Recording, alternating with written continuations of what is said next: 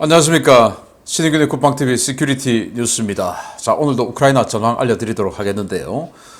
러시아가 이제 정말 완전히 그냥 바닥을 드러내는 상황 같습니다. 이 전쟁이라고 하는 것은 후속 군수 지원이 끊임없이 이루어져야 하는데 지금 러시아는 병력도 없어서 이 병력도 뭐 일단 그 지원이라고 본다면 이 병력도 없어서 지금 제가 좀 이따가 자세히 설명해 드리겠지만은 2차 대전 같은 지금 이런 일을 저지르고 있어요. 21세기에 또 자유민주주의 국가를 표방하는 러시아가 2차 대전 소련과 같은, 그것도 소련 초기와 같은 일을 저질러서 과연 국가 생존할 수 있을지 한번 보겠고요. 그리고 이 자유민주주의 국가를 표방하다 보니까 다 사기업들 아니겠습니까? 그런데 야, 탱크 공짜로 일단 수리 좀 해 라고 했는데 여기도 이제 한계에 봉착한 것이죠. 못하겠다. 자, 이런 상황에 대해서 이 장비 군수 지원, 또 병력 지원, 모든 것이 스톱되는 이런 상황 알려드리도록 하겠습니다. 그런 상황에서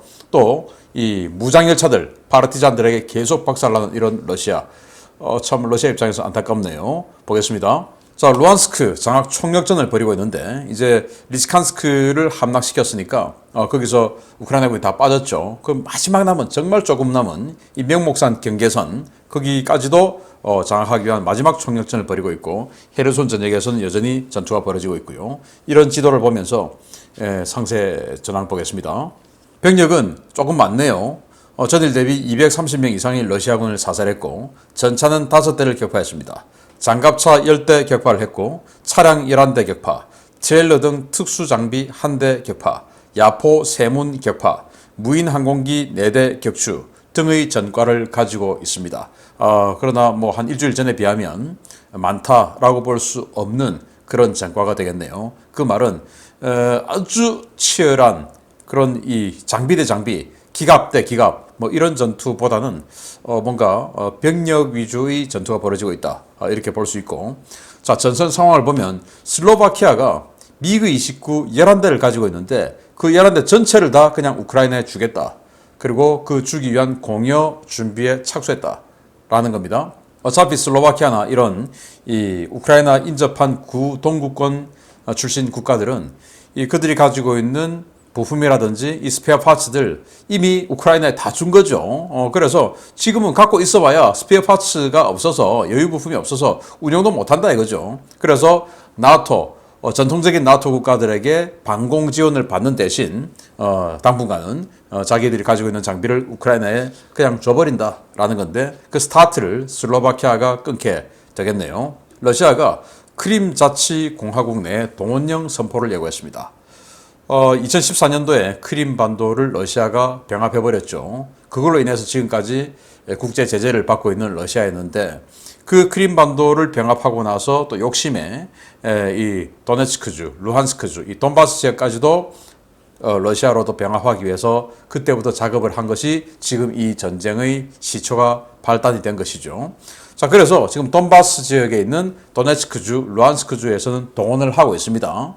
그런데 크림반도에서는 동원을 안 했던 것이죠. 모병만 했던 것이죠. 그런데 이제 크림에서도 동원을 한다.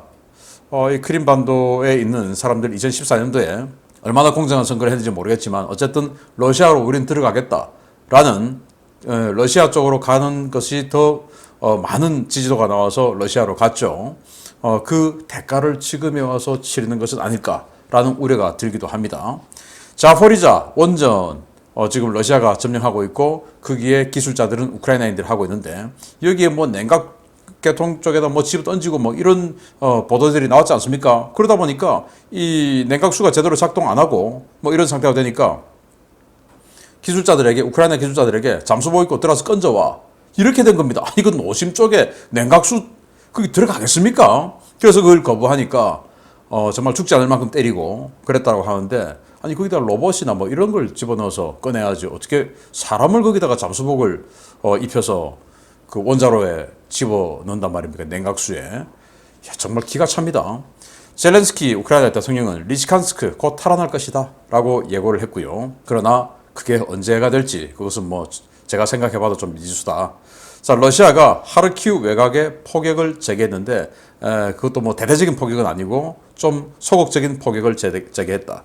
그리고 러시아가 지난번에 정말 비참한 패배를 했던 도하작전 하다가 뭐 한 개 대대가 그냥 싸그리 사라지고 했던 바로 그 빌리오 리브카 지역에서 도하작전에 성공했다고 합니다. 교두보를 확보를 했다고 하는데, 그러나 이건 도하작전에 성공한 것이라기보다는 그냥 도하를 지켜보고 있었다.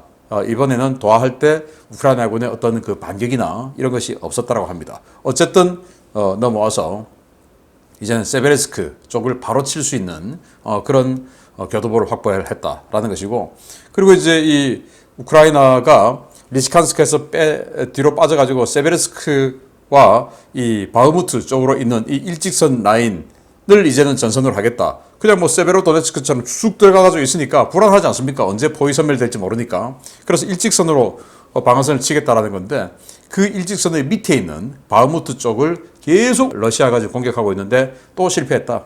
그리고 그 일직선 라인의 뒤쪽에 있는 가장 중요한 슬로반스크, 이 슬로반스크가 현재로서는 최종 목표가 되겠죠. 그 슬로반스크 북쪽에 있는 이줌에서 계속 러시아군이 주워 터지다가 이제는 밑으로 내려가서 슬로반스크를 한번 쳐봤는데 실패했다. 그런데 이번에 칠 때는 이 스멜치라고 하는 300mm 다련장 로켓이죠. 굉장히 강력한 이걸 가지고 와서 포격을 퍼붓고 공세를 폈는데도 불구하고 졌다.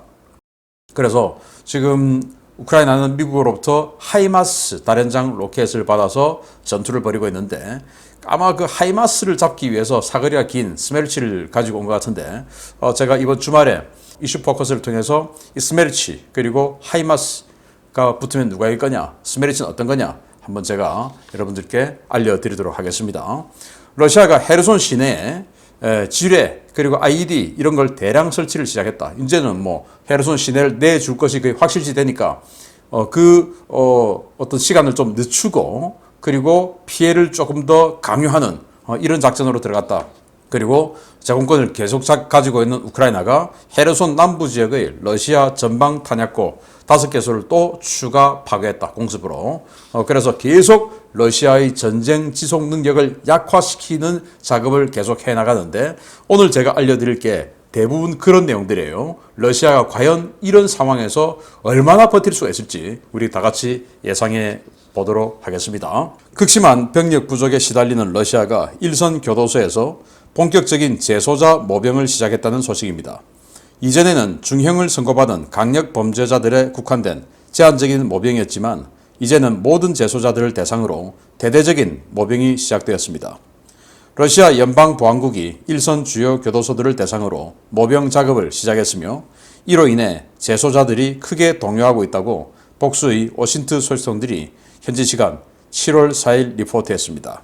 러시아 현지에서 인권운동을 하다가 현재는 해외 도피 중인 코드네임 이고르 스시코는 상트페테르부르크 소재 IK7 연방교도소 관계자를 인용해서 현재 연방보안국 FSB가 재소자들을 대상으로 모병 작업을 진행 중이라고 폭로했습니다. 이 모병 작업은 기존 모병 대상이 중범죄자들에게만 국한했던 것과 달리 모든 재소자를 대상으로 하고 있으며, 과거에는 없었던 몇 가지 특이 조건이 걸려있다고 소식통은 전했습니다. 재소자는 러시아군과 바그너 그룹 둘 중 하나를 골라 지원할 수 있고, 형량에 따라 비례하는 일정 기간의 복무 기간을 채우면 전쟁 종료 후에 사면과 보상금을 받을 수 있습니다. 다만 자신의 입대 사실은 가족과 친지, 심지어 변호인에게까지 비밀로 해야 하며, 그들이 러시아군에 편입되었다는 증표인 군번이나 군번줄, 신분증은 지급되지 않고, 전사했을 경우 시신은 가족에게 인계되지 않고 복역 중 병으로 사망하는 것으로 처리하는 것에 동의해야 합니다. 문제는 이런 재소자 모병이 러시아 현행법 위반인 것은 물론 모병 자체가 강압에 의해 이루어지고 있다는 것입니다. IK7 교도소의 한 관계자는 교도소 내에서 구타는 물론 강제 약물 주입과 테이저건 사용이 빈번하게 일어나고 있다며, 교도관들이 실적을 채우기 위해 재소자들을 사지로 내몰고 있다고 폭로했습니다.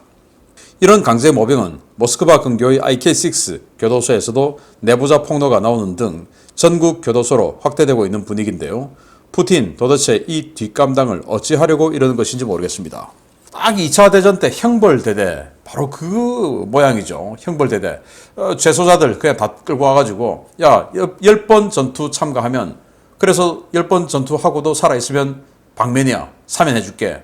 라고 해가지고 총 한 두세 명이 하나씩 총 하나 주고 총알은 딱 한 발만 넣어주고 그렇게 해서 달려가게 만들고 달려가지 않으면 뒤에서 독전대가 쏴버리고 그래서 어쩔 수 없이 달려가야 되고 왜 이렇게 하냐? 독일군의 기관총 그 기관총을 한 번 이 탄창 하나를 소모하게끔 만드는 그런 소재로 쓰는 겁니다. 그렇게 해서 돌격을 시켜서 독일군이 기관총을 막 쏘면은 탄창이 하나가 딱 사용되죠. 그러면 그 다음 탄창으로 탄띠를 교체를 할 때 이때 이제 진짜 근위대들이 가서 싸우는 그렇게 해서 이 교체할 때 이제 돌격하게 진짜 근위대들이 돌격하는 그 용도로 그 앞에 총알바지로 그야말로 총알바지로 죽여버린 것이죠. 그리고 정말로 뭐 한 7번, 8번까지 살아있으면 마지막 9번, 10번에는 지뢰 제거 이런 데 보내서 다 죽여버리고 결국 형벌대대에서 제대로 사면받아서 10번 해서 사면받아서 나간 이런 사람 거의 없고 그렇게 해서 다 죽여버린 이게 바로 소련이 2차 대전 때 벌인 행각입니다. 그걸 지금 하겠다. 자, 그런데 이거 법적으로 문제되고 아무리 뭐 죄를 지어서 지금 교도소에 들어와 있다 하더라도 그들도 가족이 있고 가족도 범죄자니 아니죠. 가족은 선량할 수 있죠. 그 선량한 많은 부인이 있을 것이고 자녀가 있을 것이고 부모가 있을 것인데 그 사람들에게는 비밀이야. 죽어도 그냥 여기서 병 걸려서 죽은 거예요. 동의. 변호인에게도 말하면 안 돼.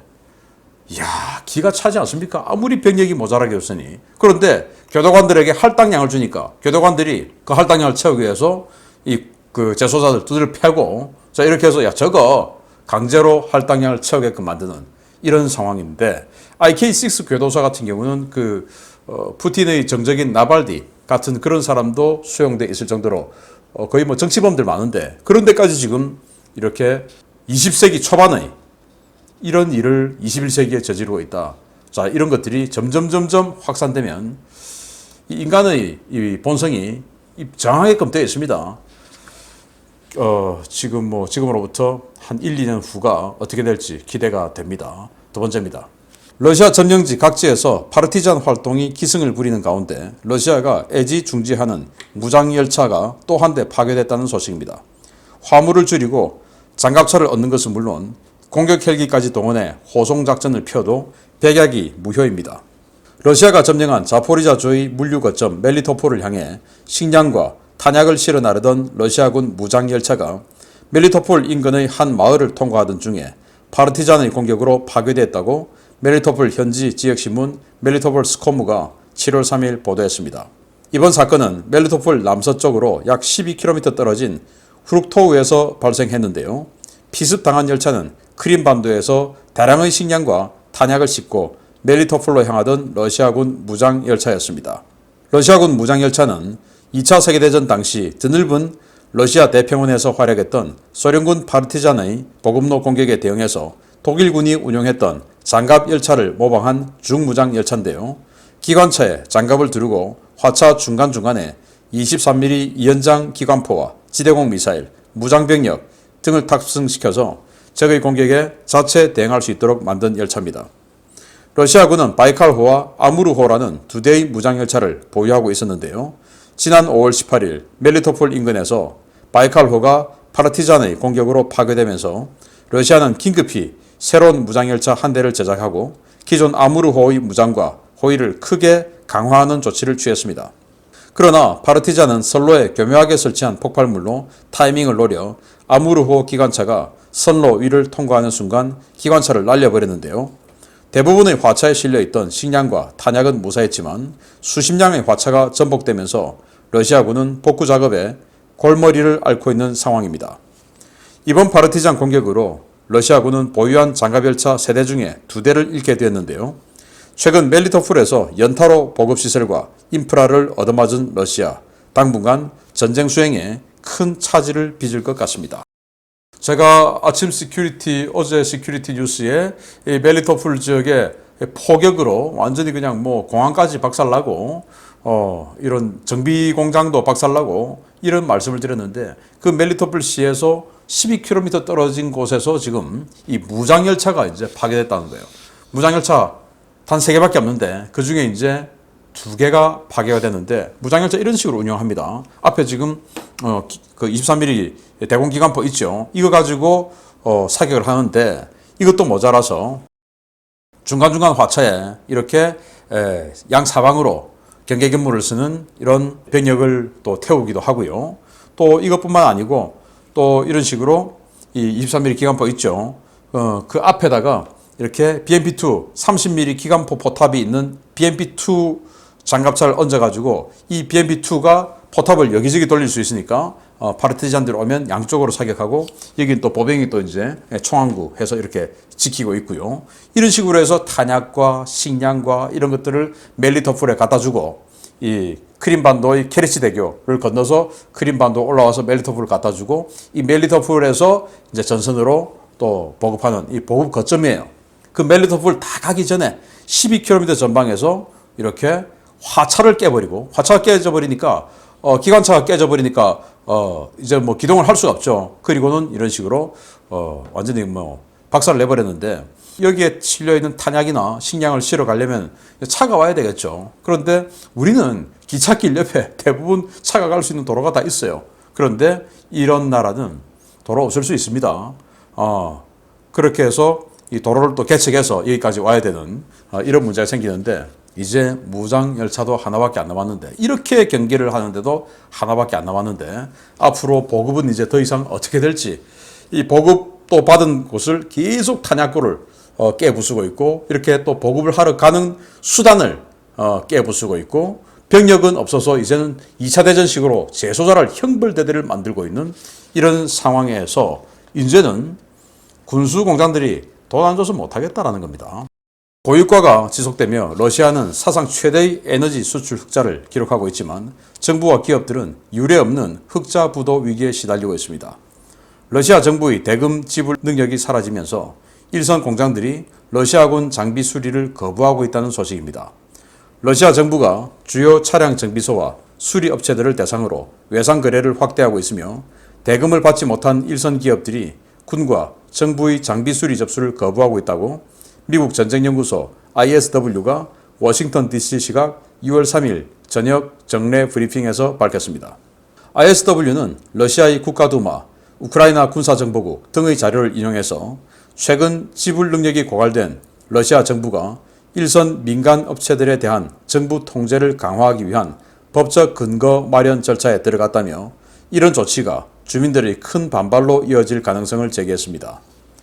러시아가 준비하고 있는 법적 근거란 지난 6월 30일 국가두마에서 발의된 특수군사작전과 관련한 경제적 영역에서의 특별조치라는 법안인데요. 해당 법안은 모든 민간 기업은 정부가 특수군사작전에 필요로 하는 물자와 서비스를 제공할 의무를 가지며 이런 의무 이행을 거부할 경우에 기업 오너와 경영진에게 중형을 부과하는 내용을 골자로 하고 있습니다. 이는 전시 상태가 아닌 상황에서 국가 총동원령을 시행하려는 꼼수인데요. 야당과 제야 시민단체들은 정부가 기업과 시민의 사유재산을 침해하며 공산주의 소련 시절로 회귀하려는 악법이라며 강력하게 반대하고 있습니다.